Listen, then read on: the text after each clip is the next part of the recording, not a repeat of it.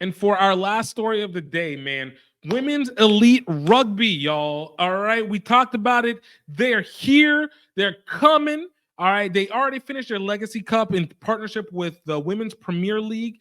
And they are here to let you know that declaration period is officially started. Technically, it started September 23rd. It's beginning of October now, and it will last until October 20th. Now, what does that mean? What does the declaration period actually mean? This is the period of time when players can put their name inside the respective, I don't know if I want to say draft, but inside the respective rostering so that they can have a chance to be selected by a team, which I guess ultimately would still make it sort of a draft, but I think it's still a little different, to be able to be selected for a team for the 2025 season. All right. Looking for players who are ready to take their game to the next level. All eligible athletes are invited. Now, what does it mean? What do you need to have to be able to be eligible for declaration? All right. What does it mean to be able to get a chance to be part of this upstart league that's looking to take women's rugby to the next level, take it to where we've not seen it ever before, which I think it's already started. So let's go hit up, of course, the website, women's elite rugby.us/declarations. All right.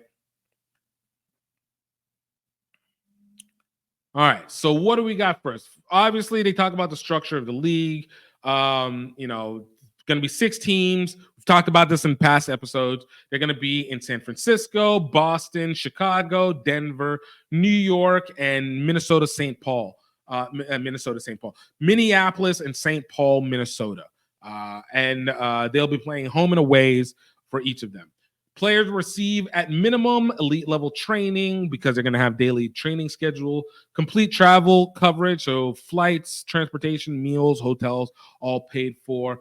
And then they're going to be working on, I guess, the salaries as it goes on. So they're slowly trying to find their way into more profitability. They'll get medical support, yada, yada, yada. Their daily training is looking to be 3 days per week. With strength and conditioning sessions in between, required meetings for practice, preview game analysis, video reviews, yada, yada, yada. And then players will have a minimum of 2 days off per week. So it looks like 16 hours of per week of time, which I think is being said very specifically so that you can determine exactly what your salary could end up being. And as we said, the declaration time. So this is where it begins. Declaration time. What is it that you need to be able to declare? Number one, the process includes completing the initial declaration documentation, which is right here on this website, women's elite rugby.us/declaration. Number two, submitting match film that has to be at least of you playing 40 minutes. They want match film. They talk about this right back at the top, almost straight up, right here. Links to 2 to 3 matches with a minimum of 40 minutes of playing time each. All right. So got to get at least a half. Got to have a half of rugby in there. And then there's medical questionnaires and then your HIPAA waiver. So basically they can do medical stuff and actually share it between them and you're not going to be able to sue. All right. And then the big thing, what's it? Okay. I love this. Do I have to move to play? That is a big maybe, especially if you're not in any one of those 6 cities. Players who have a compelling case to be in a specific market, a current resident, job opportunity, hometown, can request an in-state athlete designation. This designation restricts which teams can select the athlete to only the local market. Having an in-state designation does not guarantee that the athlete will be selected in that market. And then how will you know that you are being selected? All right. Coaches will begin their selection process in November when they select 5 foundational players who have been historic members of the local rugby market. It's basically pulling from the WPL. Following the announcement of the foundational players, there will be 2 selection rounds held in December, the draft. Selected players will be contacted after each round to confirm their role and sign initial league agreements. Complete roster will be announced in January of 2025. So, as your Christmas present, you might get selected to be part of the Women's Elite Rugby. All right. What happens if you are not selected? Players who are not selected are able to play amateur rugby, which is play Women's Premier League or any of your local clubs, and re-enter into the selection process the following year. A limited number of local market players who are not initially selected will be offered an on-call athlete role. These athletes will be part of a pool of players who are available for selection, your free agency, to the training squad in the event of an injury or other issues with training numbers.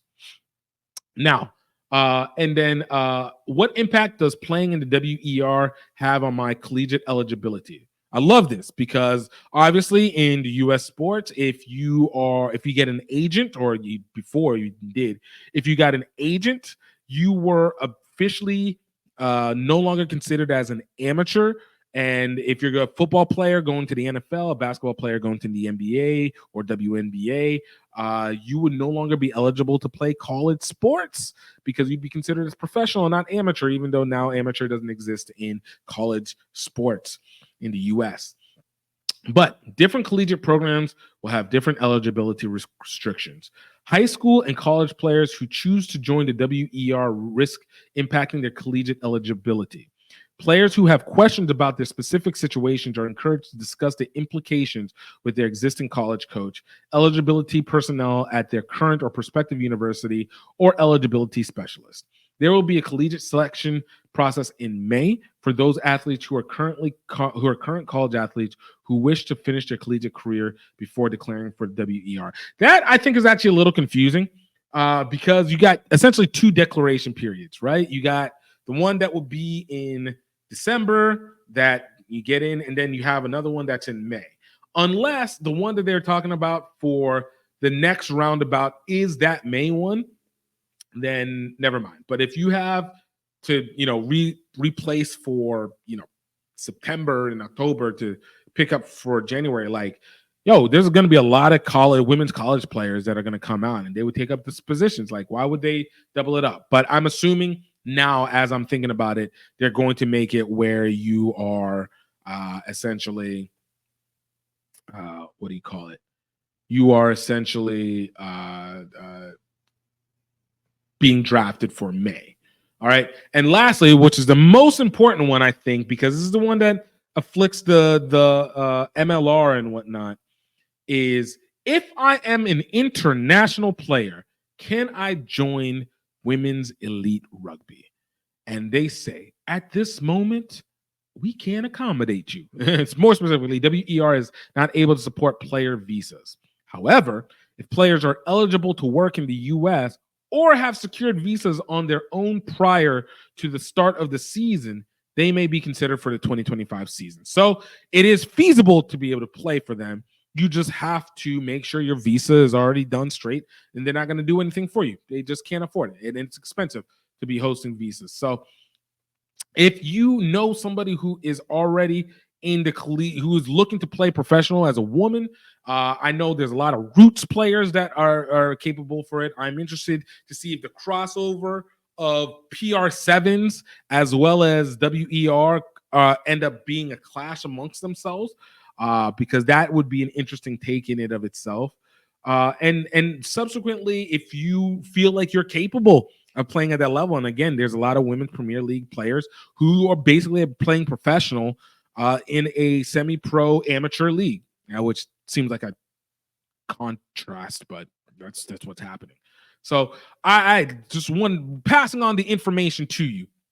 We just want to make sure that you know that you got the options. Buckwheat is changing lives. My name is GiftTime. I'm here with Health Enhanced Foods, and I want to tell you about one of my favorite products on our shelves, buckwheat baking mix. Buckwheat is a seed that is incredibly nutrient and protein dense. But what makes it even more important, that buckwheat baking mix is absolutely gluten-free. A lot of times whenever people have buckwheat mixes, they actually even hold wheat inside of it. So you know it's not fully gluten. And if you're a person that is celiac or diabetic, or you're just really trying to be health conscious, it's not something that you want to have to worry about. What makes our buckwheat baking mix even more important is that it is versatile. You can use it for pancakes, you can use it for waffles, you can use it for making loaves of bread, you can make it for cupcakes.